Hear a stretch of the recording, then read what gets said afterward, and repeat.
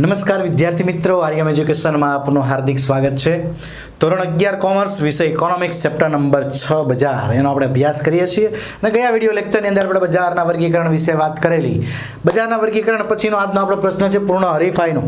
બરાબર છે, પૂર્ણ હરીફાઈ શું છે અને બજાર કેવું હોવું જોઈએ. તો પૂર્ણ હરીફાઈની વાત કરીએ તો પૂર્ણ હરીફાઈવાળો બજાર એક આદર્શ બજાર છે. કેવું બજાર છે? એક આદર્શ બજાર. આદર્શ એટલે કે સારું બજાર, સમજાય? સારું બજાર, પરંતુ તે માત્ર સૈદ્ધાંતિક શક્યતા બની છે. સૈદ્ધાંતિક એટલે સિદ્ધાંતોથી કામ કરે. સૈદ્ધાંતિક એક શક્યતા બની કે ભાઈ આ બજાર એક સારું બજાર છે, સમજાય? એટલે સૈદ્ધાંતિક શક્યતા બની રહેલી છે, પણ વાસ્તવમાં ખેતી ક્ષેત્રને બાદ કરતા પૂર્ણ હરીફાઈના લક્ષણો ભાગ્યે જ જોવા મળે છે. ખેતી ક્ષેત્ર એક બાદ કરતા પૂર્ણ હરીફાઈવાળા બજારના લક્ષણો ભાગ્યે જ જોવા મળે છે, બાકી ક્યાંય જોવા નથી મળતા.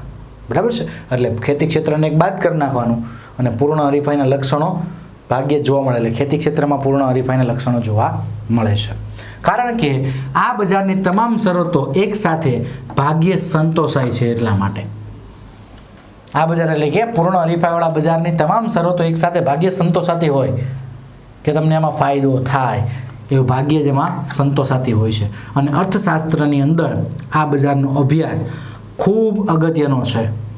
ખૂબ એટલે ખૂબ અગત્યનો. શું કામે? કારણ કે આ અભ્યાસને આધારે બજારની મોટા ભાગની લાક્ષણિકતા કે શરતોથી પેઢીની વર્તણૂકને સમજી શકાય છે. આ બજાર એટલે કે પૂર્ણ હરીફાઈવાળા બજારને આધારે મોટા ભાગની બજારની લાક્ષણિકતાઓ કે શરતોને પેઢીની વર્તણૂક છે એ વર્તણૂકને સમજી શકાય. કેના આધારે? બજારના આધારે, કે પેઢી કેવું કામ કરી રહી છે ને એના આધારે ખબર પડે. તદુપરાંત બાકીના બજાર છે સમજવા ખૂબ જ જરૂર છે. બાકીના બજાર એટલે કે ઇજારો, ઇજારાયુક્ત હરીફાઈવાળું બજાર, અલ્પહસ્તક ઇજારો, આ બધા જ બજાર સમજવા જરૂરી છે. કેની સાથે? પૂર્ણ હરીફાઈની સાથે. બરાબર છે. ત્યાર પછી વ્યાખ્યા જોઈએ પૂર્ણ હરીફાઈની શ્રીમતી જ્હોન રોબિન્સનના મતે. બરાબર છે, રોબિન્સન તો હતા જ, હવે આ શ્રીમતી જ્હોન રોબિન્સન છે. બરાબર છે. તો એમના મતે પૂર્ણ હરીફાઈ ત્યાં અસ્તિત્વ ધરાવે છે કે જ્યાં ઉત્પાદકની ઉત્પાદિત વસ્તુની માંગ સંપૂર્ણ મૂલ્ય સાપેક્ષ હોય. કેવી હોય? સંપૂર્ણ મૂલ્ય સાપેક્ષ. પૂર્ણ હરીફાઈ ત્યાં જ અસ્તિત્વ ધરાવે છે કે ઉત્પાદકની ઉત્પાદિત વસ્તુની માંગ કેવી હોય? સંપૂર્ણ મૂલ્ય સાપેક્ષ માંગ હોય. બરાબર છે. એટલે માંગ કેવી હોવી જોઈએ? સંપૂર્ણ મૂલ્ય સાપેક્ષ માંગ. તમે ક્યાં ભણી ગયા? ચેપ્ટર નંબર 5ની અંદર. બરાબર છે.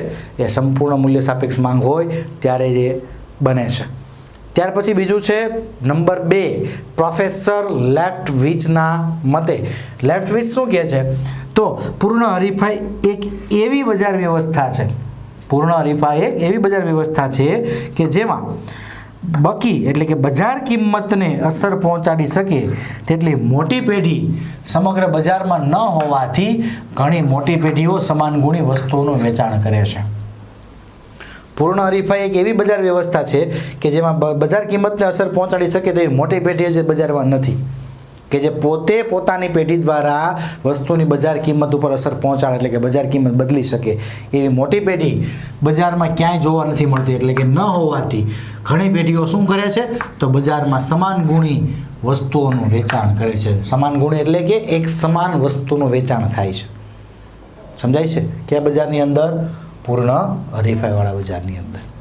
હવે ત્યાર પછી પૂર્ણ હરીફાઈવાળા બજારના લક્ષણોની આપણે વાત કરીએ તો એમાં અસંખ્ય વેચનારા અને ખરીદનારાઓ છે. અસંખ્ય વેચનાર અને અસંખ્ય ખરીદનારા. તો વેચનાર ખરીદનારનું શું છે? તો કે આ બજારમાં પ્રાથમિક શરત એટલે ખરીદનાર અને વેચનાર કેવા છે? તો કે અસંખ્ય હોય છે. સમજાય? ખરીદનાર અને વેચનાર કેવા? અસંખ્ય બજારમાં. અને આ બજારમાં વેચનારાઓ ઘણા બધા વેચનારાઓ છે. પૈકીમાં એક વેચનાર છે એ ખૂબ નાનો અંશ વેચે છે. દાખલા તરીકે માર્કેટની અંદર 1 લાખ લોકો છે વેચવાવાળા. કેટલા? 1 લાખ લોકો. 1 લાખમાંથી એક વ્યક્તિની આપણે વાત કરીએ કે ભાઈ એક વેચનાર છે તો એ કેટલોક વેચે કે બજારનો અંશ? તો ખૂબ જ નાનો અંશ વેચે છે. બરાબર છે. નાનો અંશ વેચે છે જેથી તે બજાર પુરવઠા પર કાબુ અને કિંમત પર અસર પહોંચાડી શકતો નથી. બજાર પુરવઠા પર કાબુ નથી રાખી શકતો કે કિંમત ઉપર અસર પહોંચાડી નથી શકતો. શું કામે? બજારનો એક નાનો અંશ છે એ વેચે છે, ખૂબ જ નાનો અંશ વેચે છે. બરાબર, એટલે કે પુરવઠા ઉપર કાબુ નથી રાખી શકતો અને કિંમત ઉપર અસર પહોંચાડી નથી શકતો. જો આ જ વ્યક્તિ એકલો પુરવઠા ઉપર કાબુ રાખી શકતો, એટલે ઘણો બધી વસ્તુનું વેચાણ કરતો હોય અને કિંમત ઉપર અસર પાડી શકતો હોય, તો શું થાય? પુરવઠા ઉપર એ કાબુ રાખી શકે. ઘણી બધી વસ્તુનું વેચાણ પહેલાં થવું જોઈએ, તો જ પુરવઠા ઉપર કાબુ આવે ને પોતે ધારે એ કિંમત લઈ શકે, એટલે કિંમત પર અસર એ પહોંચાડી શકે. પણ એવું આ બજારમાં શક્ય નથી. ક્લિયર? આગળ ઉદાહરણ તરીકે બલ્બની એક હારમાળા હોય, બરાબર છે. દાખલા તરીકે આપણે અહીંયા લઈ લઈએ કે અહીંયા બલ્બની એક હારમાળા છે, એક બલ્બ અહીંયા છે, એક બલ્બ અહીંયા છે, બરાબર છે. આ બલ્બની એક હારમાળા છે બધી. હવે આ હારમાળામાંથી મોટી હારમાળા છે, એ હારમાળામાંથી કોઈ એક બલ્બ છે એ બંધ હોય, એટલે માની લ્યો કે અહીંયા એક બલ્બ છે એ બંધ છે, તો બલ્બના પ્રકાશમાં કાંઈ ફરક ન પડે. સમજાય છે? કેમ કે ઘણા બધા બલ્બ છે, એ બધા ભેગા થઈને એક બંધ બલ્બ છે એનો પ્રકાશ સંતોષી લે છે, બરાબર, એટલે કોઈ ફરક પડતો નથી. એવી જ રીતે બજારમાં એક વેચનાર છે એ ખૂબ જ નાનો અંશ વેચે છે, બરાબર છે, એટલે પુરવઠા પર કાબુ નથી રાખી શકતો અને કિંમત પર અસર પણ પહોંચાડી શકતો નથી. હમણાં મોટો અંશ વેચતો હોત ને તો અસર પહોંચાડી શકત. સમજાય? હમણાં જો અહીંયા હારમાળાની જગ્યાએ બે બલ્બ હોય તો, અને એમાંથી એક બલ્બ બંધ હોય તો શું થવાનું? તો કે પ્રકાશમાં ફરક પડે છે, કેમ કે બલ્બ કેટલા છે? બે જ છે, બરાબર. ઘણા બધા બલ્બ હોય, એમાંથી એક બલ્બ બંધ હોય તો પ્રકાશમાં કોઈ ફરક પડતો નથી. ક્લિયર દીકરા? આગળ વધીએ. જ્યારે ખરીદનારાની વાત કરીએ તો ખરીદનારા પણ કેવા છે? તો કે અસંખ્ય છે, બરાબર. અસંખ્ય હોવાથી વેચનારની તેઓ પણ બજાર કિંમત પર માંગના ફેરફાર દ્વારા અસર પહોંચાડી શકતા નથી. જેમ વેચનાર બજાર કિંમત ઉપર અસર પહોંચાડી શકતો નથી, એમ ખરીદનાર પણ પોતાની માંગના ફેરફાર દ્વારા બજાર કિંમત ઉપર અસર પહોંચાડી શકતો નથી. ખરીદનાર એમ કહેતો હોય કે ભાઈ હું માંગ ઓછી કરી નાખું તો કિંમત ઘટી જાય, તો એ શક્ય નથી. કિંમત એટલી જ રહે છે, એમાં કોઈ અસર થતી નથી. માટે આ બજારમાં વસ્તુની કિંમત સ્વતંત્રપણે બજારના પરિબળો દ્વારા નક્કી થાય છે. તો બજારના પરિબળો કયા? તો કે બે જ પરિબળ, માંગ અને પુરવઠો. માંગ અને પુરવઠો દ્વારા બજારની કિંમત નક્કી થાય છે. અને આ બજારમાં કિંમત છે કેના દ્વારા નક્કી થાય? તો કે માંગ અને પુરવઠા દ્વારા નક્કી થતી હોવાના કારણે વેચનાર બજારમાં માત્ર પ્રાઇસ ટેકર એટલે કે કિંમત સ્વીકારનાર જ બની રહે છે. સમજાય? પ્રાઇઝ મેકર નથી બની શકતો, પ્રાઇઝ ટેકર બને છે કે એને કિંમત છે બજારની એ જ સ્વીકારવી પડે છે. કિંમત બદલનાર બની શકતો નથી. ક્લિયર? ચાલો, ત્યાર પછી જે બીજું લક્ષણ છે સમાન ગુણી વસ્તુઓ. એક સરખી વસ્તુઓ સમાન હોય તો સમાન ગુણી વસ્તુ એટલે કે રૂપ, રંગ, ગંધ, કદ, સ્વાદ, આકાર, વજન, ગુણવત્તા વગેરે બાબત એક સરખી હોય. કોઈ પણ વસ્તુ છે બજારમાં, બરાબર છે, સમાન ગુણી વસ્તુ ઘણી બધી બજારમાં વેચાય. એ કયા કયા સ્વરૂપે? તો કે રૂપમાં, રંગમાં, ગંધમાં, કદમાં, સ્વાદમાં, આકારમાં, વજનમાં, ગુણવત્તામાં બધી જ રીતે એક સરખી જોવા મળે. કોપી ટુ કોપી એમ, બરાબર છે. કોઈ અલગ અલગ વસ્તુ બાજુ મૂકી હોય, બધી રીતે સરખી હોય તો ખબર ન પડે કે કઈ અસલી કઈ નકલી. સમજાય? તો બધી રીતે કેવી જોવા મળે? એક સરખી હોય. માટે વસ્તુ એક સરખી હોવાથી તેને એકરૂપ, સમરૂપ કે સરખી વસ્તુઓ તરીકે ઓળખવામાં આવે છે. કેવી વસ્તુ? એક સરખી હોવાથી એકરૂપ, સમરૂપ કે સરખી વસ્તુ તરીકે ઓળખવામાં આવે. અને તેથી આ જ કારણથી એટલે કે આ જ કારણથી વસ્તુઓ એકબીજાથી કેવી હોય છે? સંપૂર્ણ અવેજી હોય છે.